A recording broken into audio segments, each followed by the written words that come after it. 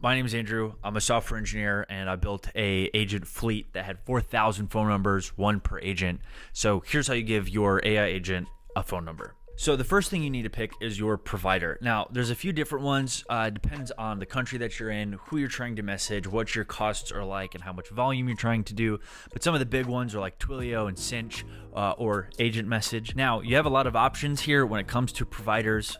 I will say the reason that we started Agent Message is because we had to deal with all of this of finding the right provider and jumping through all their hoops to get everything set up. And so we wanted to make our own version of that. There's a couple things you got to do now once you have your provider. First is going to be provisioning a phone number. You're probably going to be picking a 10DLC phone number depending on your use case, but 10DLC just stands for 10-digit long code. This is just your typical phone number with your area code, 3 digits, 4 digits, and then your country code at the beginning. So whenever you see 10DLC anywhere plastered across these sites, that's what it's talking about. You also have toll free, which is your 1-800, and then short code, which is like your 5-digit or 6-digit phone number that texts you typically like for a 2-factor authentication or a sign-in link or something like that. The next thing you're going to need to do, and this is kind of where things get annoying, is file a campaign. So for any sort of automated messaging, this is considered A2P traffic, and A2P just stands for application to person. And this is where all the regulatory garbage sits around, is application to person messaging, because for it to be considered person to person, they want a real human to have typed it out, and that typically isn't going to apply to any of these commercial solutions here. And if you want to follow the law, even though AI is human-like, you'll still be classified as A2P traffic. To file a campaign, first you will need an EIN, and to be like a registered business. You used to be able to file as a sole proprietor, but they're kind of phasing that out, which was just, hey, I'm an individual, but I want to send these messages, and you had tons of restrictions, and they're getting rid of that. So you can skip that step. If you want to be doing this at scale and doing it the right way, you need an EIN. You need to be a registered business. And then you have to pick your campaign type. There are tons of different campaign types just depending on your use case. And a lot of these won't really apply to AI agents because all of this was developed before AI really existed, at least in the capacity that it is today. So most likely, if you're being conversational, you can pick customer care, because if you're going to be talking to any of your clients, any users, customer care kind of covers anything from, oh, an order got messed up, to, hey, you had to ask a question, something like that. So typically you'll be customer care, but it depends on your use case. Campaign costs vary. It's typically about $10 to $15 a month, depending on the one that you pick. I'll drop a link in the description to what each campaign costs and what the monthly fee is. The other thing that you'll have to pay for is called filing your brand, which this is just the business that's sending the texts. Plants LLC, and that is who is going to be sending these messages. Then that would be your brand. Now, if you want to send lots of messages, you need to get something called brand vetting, which is they pretty much hire a third-party company to vet you and your brand and make sure you are legit and that you have some track record and that you are who you say you are. But this only matters if you need to be sending tons of texts.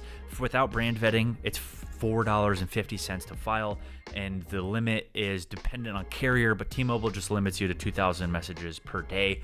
So if you need anything more than that, you can pay extra. It starts at like $40 and goes up to $100 depending on how much vetting you want done and how manual you want it. But really, again, that only applies if you need to be sending tons of messages. A couple things to know when you're filing your campaign is that they are going to want to see a privacy policy and a terms of service in your campaign, and they want to know pretty much what you say you're going to be doing with the user's data. They've got a couple of things that they're looking for there, like message and data rates may apply. This is how you opt in. This is what we do with that. I'll put a link below to our guide on how to make sure that your terms of service and your privacy policy have what they're looking for. And then another thing they want to know about when you're filing this campaign is the opt-in moment of whether it's a form that the user is filling out or a text that they're sending, like a keyword that says hello. That's another thing, is they just want to see a form pretty much saying, here's how we use your number. You are consenting to this by submitting this form and checking this box.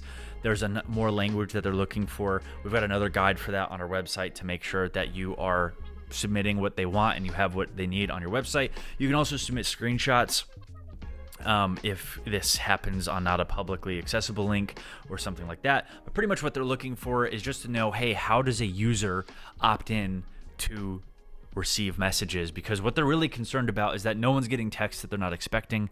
And so this is how you jump through those hoops to show, hey, we are messaging this person.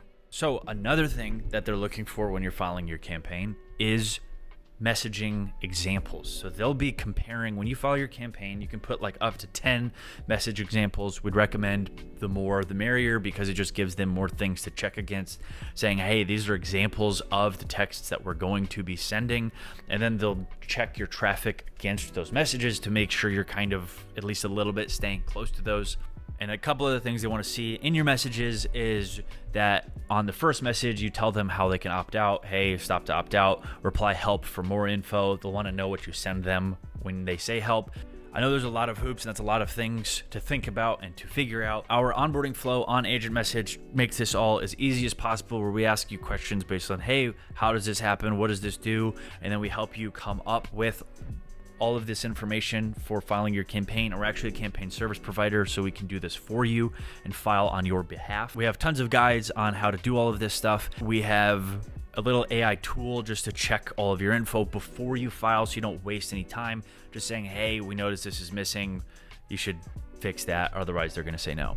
Then once you get all this done, which typically takes a few days for your campaign to get approved, you can actually start sending texts, and you can do what you need your agent to be doing, which is messaging people, talking to your customers, maybe scheduling meetings for you. This part is the easy part and the fun part, but there's just a couple things to think of. One, message segments. So you are billed based on 160 character segments, 70 characters if you use an emoji. We've got a whole calculator on that on our website to understand what you'll actually be paying, because a lot of these providers try to hide what you'll be paying, and that's it.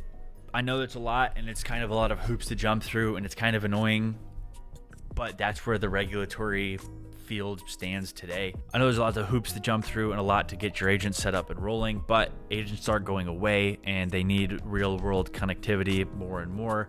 And phone numbers is the easiest way to communicate with people that doesn't require them jumping on a chat thing or downloading something else. If you're looking for an agent facing and an agent forward platform, check out Agent Message.